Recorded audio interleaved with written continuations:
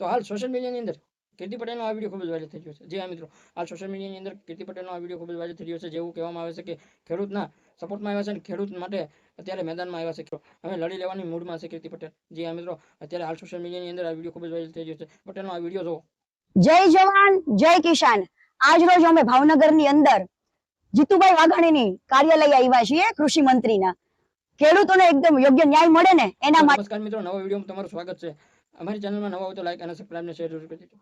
હાલ સોશિયલ મીડિયાની અંદર કીર્તિ પટેલનો આ વિડીયો ખૂબ જ વાયરલ થઈ રહ્યો છે, જે ખેડૂતો માટે મેદાનમાં આવ્યા છે અને આવેદનપત્ર લઈને આવ્યા છે. જી હા મિત્રો, હાલ સોશિયલ મીડિયાની અંદર આ વિડીયો ખૂબ જ વાયરલ થઈ રહ્યો છે. તમને બધા લોકોને ખબર છે કે હાલ સોશિયલ મીડિયાની અંદર જોતા હશો કે ખેડૂતો ઉપર, એમ કહેવાય કે કિસાનો ઉપર ખૂબ જ અત્યાચાર થઈ રહ્યો છે. જે 15 તારીખે ટ્રેક્ટર આંદોલન ખેડૂતનું આંદોલન ગયું અને 1111 ટ્રેક્ટરો ગયા હતા, એ પણ પાછા વળી ગયા છે. જી હા મિત્રો, ગાંધીનગર પણ નથી પહોંચવા દીધા ટ્રેક્ટરોને કે કિસાનોને.